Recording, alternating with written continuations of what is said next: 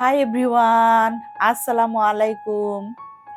যে কোনো সম্পর্ক টিকিয়ে রাখতে হলে আগে দরকার সুন্দর একটা মন। কারণ মনটা যদি সুন্দর হয়, আমরা মন খুলে যে কোনো মানুষের সাথে যদি মিশতে পারি, তাহলেই সেই সম্পর্কটা সুন্দর হয়। তেমনি এরা হলো সবাই বান্ধবী। এরা আমাদের ওদের বাচ্চা কাচ্চা, আমাদের বাচ্চা কাচ্চারা সবাই একই সাথে পড়ালেখা করে, সেই সূত্রে সেই সুবাদে এরা আমাদের বান্ধবী। বাচ্চাদের থেকে মায়েদের সম্পর্কটা আরো মধুর হয়েছে আমরা একসাথে চলাফেরা করতে করতেই। তো ওদের সাথে আমাদের খুব ভালো সম্পর্ক হয়ে উঠেছে। কিছুদিন আগে সারার আম্মুর বাসায় ওদের সাথে আমাদের একটা গেট টুগেদার হয়েছিল। আজকে এই যে যে সার্ভ করছে, ও তৌসিফের আম্মু, ও অসুস্থ, তো ওকে দেখার জন্য আমরা সবাই মিলে চলে এসেছি আজকে তৌসিফের আম্মুর বাসায়।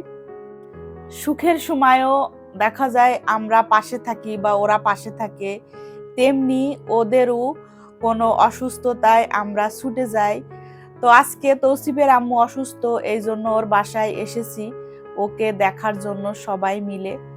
কিন্তু আমরা এসে দেখি যে ও আমাদের জন্য অনেক কিছুই আয়োজন করেছে, অনেক খাবার দাবার সে রেডি করেছে। এরকম আসলে সবার বাসায় হয়, যার বাসায় যায় না কেন সে তার সাধ্য অনুযায়ী চেষ্টা করে। তো আমরা খাওয়া দাওয়া করলাম, ওর রান্না বাড়াগুলো খুবই ভালো ছিল, সে অনেক কিছুই রান্না করেছিল আমাদের জন্য। তারপরে তো আমাদেরকে চা দেয়া হলো ওর বেডরুমে বসে, আমরা সবাই মিলে চা খেলাম। আর এই যে আমার পাশে বসা যে দোলন, ও যে কি দুষ্টু, ওরে বাবা, ওর কথা শুনলে এত আমরা মজা করছি এত, ও যখনই যেরকম ভাবে কথা বলে না কেন, খুব মজা করে কথা বলে, ওর কথাগুলো খুব সুন্দর। মানে আমরা যখন একসাথে হয়েছিলাম, আমাদের যে হাসির শব্দ যদি একটু শোনাতে পারতাম তাহলে বুঝতে পারতেন যে আমরা কি লেভেলের মজা করেছিলাম বা মজা করি সবাই যখন একসাথে হই। হাসির স্পিড এত বেশি ছিল যে চা পর্যন্ত বিছানায় পড়ে গিয়েছে।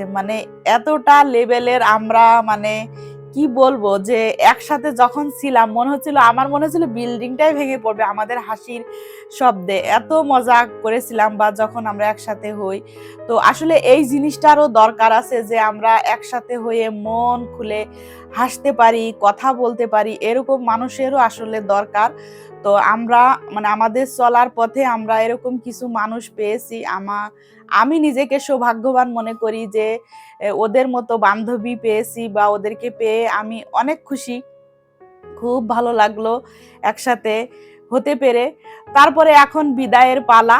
এখন নিজের বাসার মতো করে আসলে সবাই চলাফেরা করি। তো ওই যে দোলন বললাম না, খুবই দুষ্টু সে। সে তার চুল কাটছে, সেটাও আবার আমাদেরকে দেখাচ্ছিল খুব মজা করে। অনেক মজা করলাম, এখন বাসায় ফিরতে হবে। তো সবার কাছ থেকে বিদায় নিয়ে নিব।